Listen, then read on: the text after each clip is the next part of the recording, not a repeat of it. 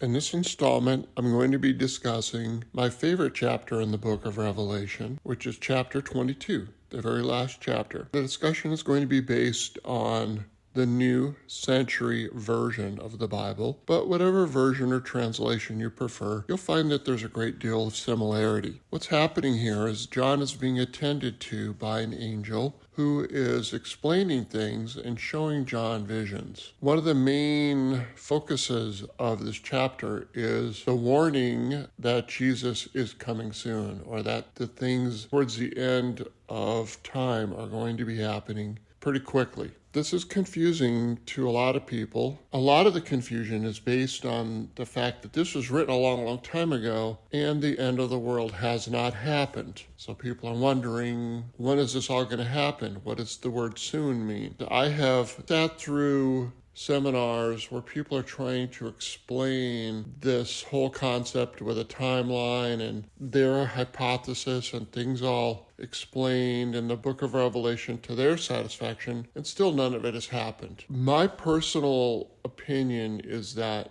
this is all happening soon. It's happening soon to everyone that is dying. So as you listen to these words, the end of the world has happened for many, many people. They have closed their eyes here on earth for the last time. And so they are waiting for the judgment day. The urgency isn't really based on the calendar or a clock, but more on preparing yourself for the very short time that we all have left. And I think that's something that we all need to pray about and consider, because we make mistakes every day, and there's a lot of people like myself that feel unprepared. No matter how many times I've read these warnings, I still feel like I'm not really ready. I don't feel like I have done my part sufficiently, and I don't feel worthy, those kind of thoughts. Those are important thoughts, and those are very reasonable thoughts and very natural thoughts. As you read and pray and worship with other people, think about these things.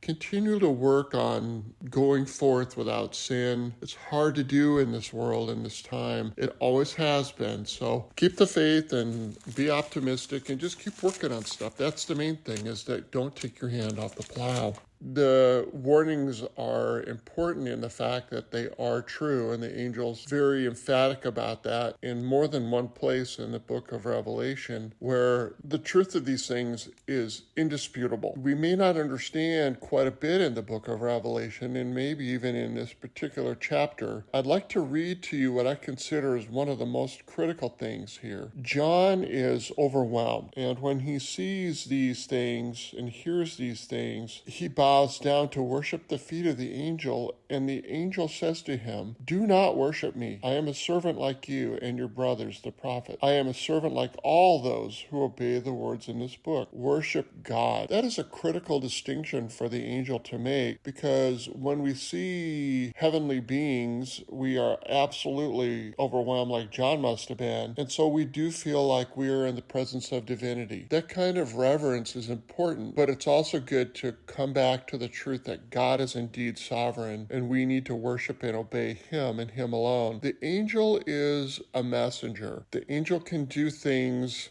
based on what God has given the angel instruction to do. It could be anything. We don't understand it all, but that understanding is going to come. The angel is also instructing John, do not keep secret the words of prophecy in this book. Now that's an incredible request for the angel to make, considering that John is isolated on the island of Patmos. Somehow those words that he has written down have to leave the island and come to us as they have. The angel is basically asking John not to be tempted to discard the words or to hide them or to somehow sequester all of this information. He's again reiterating the time is near for all this to happen. I'm reading from verse 10 and 11 all the way up to verse 12. Whoever is doing evil, let him continue to do evil. Whoever is unclean, let him continue to be unclean. Whoever is doing right, let him continue to do right. Whoever is holy, let him continue to be holy. This is a very difficult set of instructions for us, because there's there's something about us that wants to evangelize and something about us that wants to reach out to people as per Jesus's instructions. But here, at the end of all times, the angel is basically saying,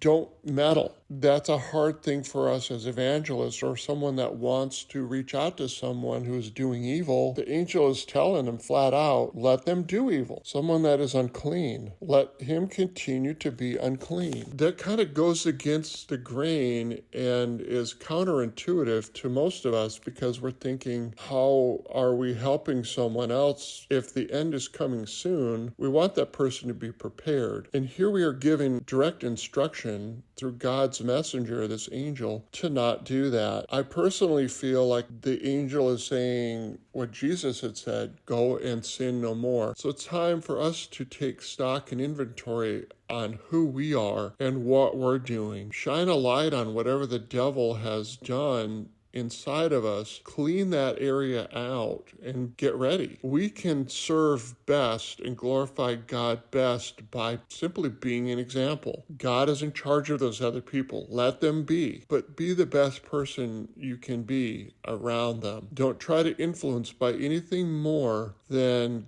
godly words and deeds. That's what I get out of that the most. There's other inferences here, especially when it comes to people that are doing the right thing. Whoever is doing right, let him continue to do right. Whoever is holy, let him continue to be holy. I think that being around people that are doing right and people that are holy is critical. But there's a cautionary statement in this wording that says, don't interfere with that. Why would you want to interfere with someone that's doing right or holy things? The angel is saying, just let them be, let them do those things. Step back and read this for yourself and decide what it means. Why would the angel say that? Why would the angel say, let someone who's holy be holy? That seems like by default, we're going to let a holy person be holy. But again, I think it just goes back to who we are and what we're doing. Don't try to influence or interfere with a person that you can obviously see is doing right and holy things. If they want help, they'll ask you. This is the end times message for people that are dying right now. You don't have to wait another 2,000 years because quite frankly, you're not going to anyway. So the message for everyone is the same. Whether they think they're going to live forever or whether they know for a fact that they're going to die in the next 5 minutes or unexpectedly, they're ready for this whole thing to happen by using the message of the Bible to get right with God before they rest and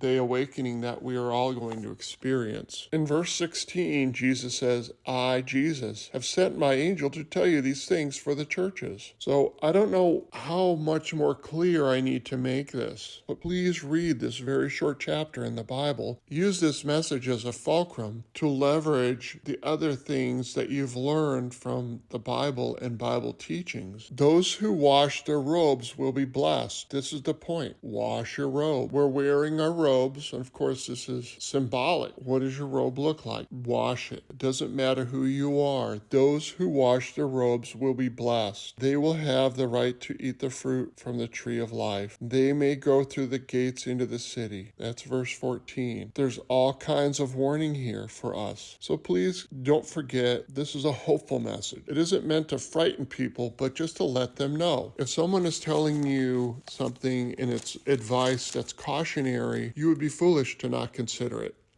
So please read this.